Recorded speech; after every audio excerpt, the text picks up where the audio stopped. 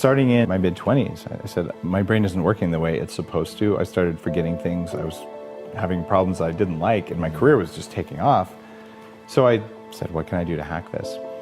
I ordered my first big package of smart drugs, and these are mostly pharmaceuticals.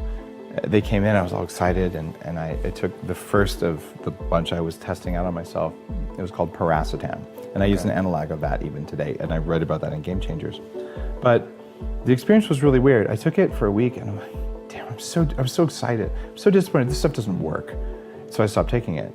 And the next day I said, you know, I'm grasping for words. And I realized the previous week, every time I wanted to think of a word, it would just come to me. And then I found that I'd say, what's the word for that?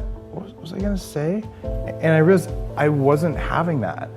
What good nootropics do, the ones that aren't energizing, which is a different effect that's also helpful, they make you feel more like yourself. They reduce the struggle and the work it takes to do something. So it would have been within your skill set, but a struggle or a stretch, like, oh, I got that. Sort of like if you could, lift a 35-pound dumbbell, but it's work, and all of a sudden you'll be like, oh yeah, I got that. Maybe I could do 45. So it's this performance enhancement, but it feels so natural. It feels like yourself that after a very short period of time, you get used to having that superpower, and it just becomes your new normal. And it turns out there's a whole bunch of different racetam family drugs.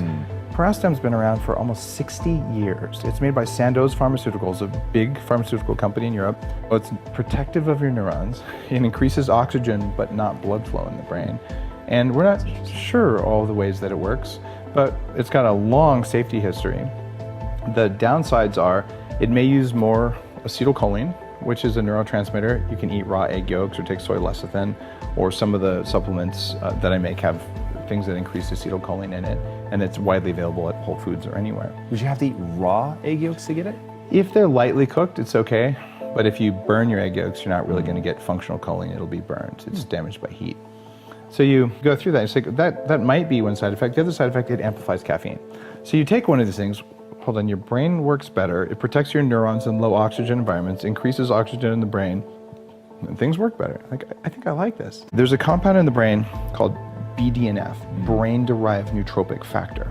And this is nootropic factor, we're talking about nootropics, this is stuff that lets the brain be more plastic, more like a young brain. And it's tied to something called nerve growth factor. And if you can find a way to raise those things, your brain will act like a young person's brain, it'll learn faster.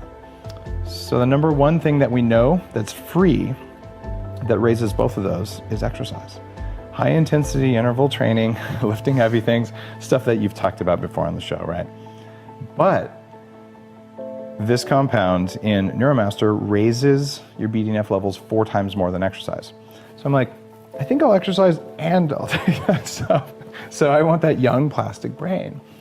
And after 20 years of trying pretty much every nootropic out there, I've settled in on what works for my brain. But my advice for you as you go down that path, and for everyone watching or listening, is your brain is not the same as your spouse, your friend, even your parents, although it's more likely to be like your parents. So the stack that works for me may not be the stack for you. And this is why when you see companies who have like 15 different racetams and all this stuff in there, don't start there.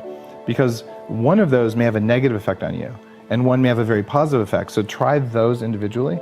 Most of the time with supplements, try all the ones that might work and see if you get the results you want, then pull them out. I found that with nootropics, it doesn't work that way for the pharmaceuticals. With the plant-based ones, it usually does. And I make something called Smart Mode, which is a set of very well-studied plant-based compounds for cognitive enhancement. Kind of a different universe than the pharmaceutical side.